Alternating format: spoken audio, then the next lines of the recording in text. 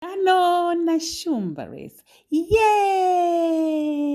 Kadira zukuru ndinokugamuchirai kuchirongwa ngano nashumba race. Nhasi ngano yedu iri pamusoro pevasikana vaviri vakanga vachigara mubako ravo rakaisvonaka zvikuru. Vasikana ava vanga vakanaka zvikuru. Umwe ainzi Manhungetunge. Manhungetunge aigara nemukoma wake, asi Manhungetunge anga ane dambudziko rekuti anga asingafaniri kuenda panopisa kana kuti pane mhepo yakawanda. Saka naizvozvo Manhungetunge nemukoma wake vakawirirana kuti mukoma ndiye achapota achienda achinotsvaga zvekudya, mvura nehuni. Aiti kana adzoka aiimba rwiyo rwekuti Manhungetunge amuvhurire musiwo. Aiimba rwiyo rwekuti Manhungetunge mwana wamai vangu, Manhungetunge chizarura musiwo. Manhungetunge aibva adaira achiti, Manhungetunge mukoma wangu wauya, Manhungetunge wauya nemukoma, Manhungetunge. Saka naizvozvo mukoma aibva aidaira achiti kana achinge auya nezvaauya nazvo, aibva ataura kuti nhasi ndauya netsambatsa, nhasi ndauya nechakati, chero nezvaanenge auya nazvo izvozvo.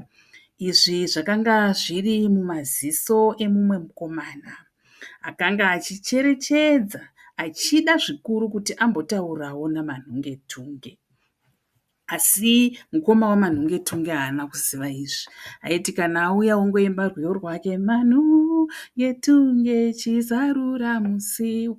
Mukomana uyu akabva wandira achida kuteerera kuti zviri kumbonzi chii namukoma waManhungetunge. Akaenda ndokunge achiona Manhungetunge achidzidzira kuimba rwiyo rwaiimbwa namukoma waManhungetunge. Akati agara-gara ndokuenda kunogogodza pamusuwo waManhungetunge mukoma asi. Ndokusvika achida kuedzesera kuimba zvinoita mukoma waManhungetunge paanenge auya. Pose aipa aiteerera achida kuedza kuti mwana wamai vangu, Manhungetunge chizarura musiwo, mwana wamai vangu, Manhungetunge chizarura musiwo. Manhungetunge akabva anzwa kuti iri harisi izwi ramukoma wake. Akabva ati, Manhungetunge wauya nemukoma. Mukomana haana kukwanisa kuziva kuti ndopindura ndichiti kudii. Manhungetunge akabva aziva kuti chokwadi uyu haasi mukoma wangu. Mukomana akabva abva zvake.